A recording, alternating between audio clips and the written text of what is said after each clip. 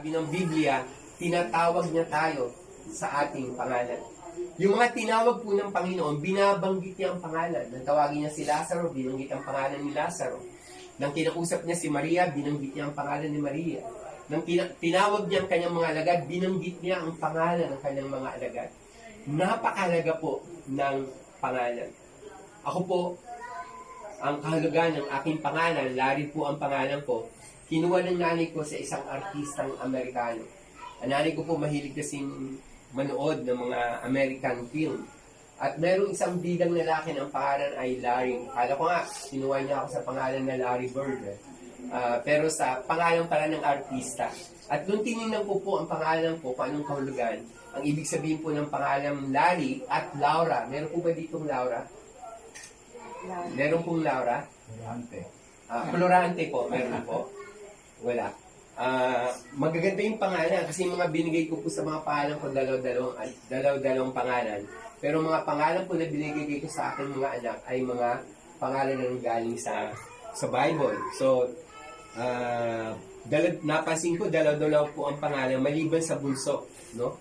Si Jamaica. Sino si Jamaica? Ano tulog na? Kanina nakita ko. Iba pala yun, hindi pa wala si bunso yun. Ikaw yun? Isa. Isa pang babae. Okay. So, bakit isa lang ang pangalan niyo? Bakit isa lang? Kayo dalawa-dalawa.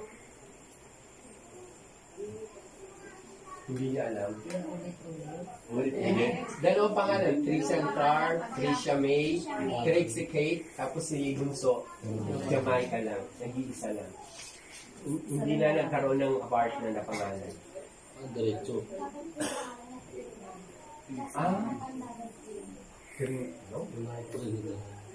Napakalaga nga ng pangalan Trinidad eh. Trinity. Speak about God.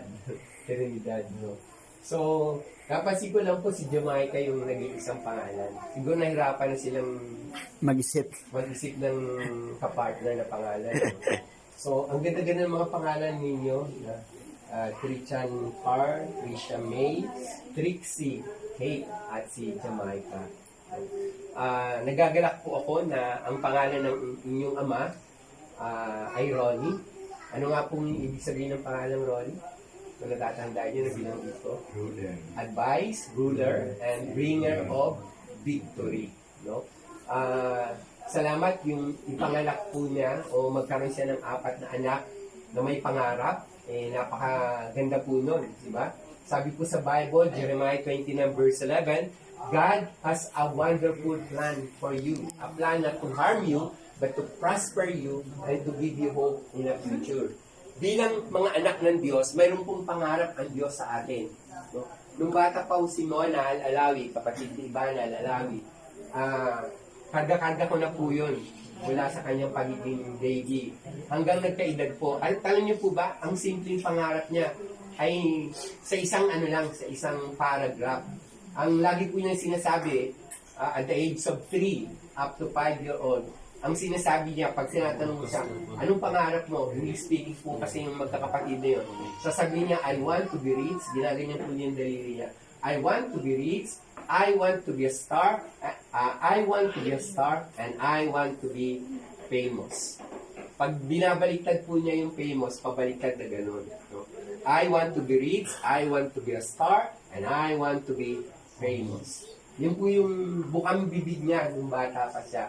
And at the age of 5 and a half, nakilala na po siyang artista. At sumikat siya sa iba't ibang mga teleserye niya. Until such time, na natagpuan po na meron siyang sakit. Kaya ngayon po yung ate niya, hindi na sa pinagtatrabaho, nag-aaral na naman po siya, yung ate na lang po niya ang nag-aartista.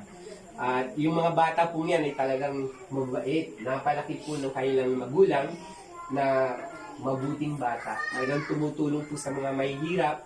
Naalala ko po noon, namimili sila ng grocery, namimigay po sila dun sa mga vendors sa Quiapo.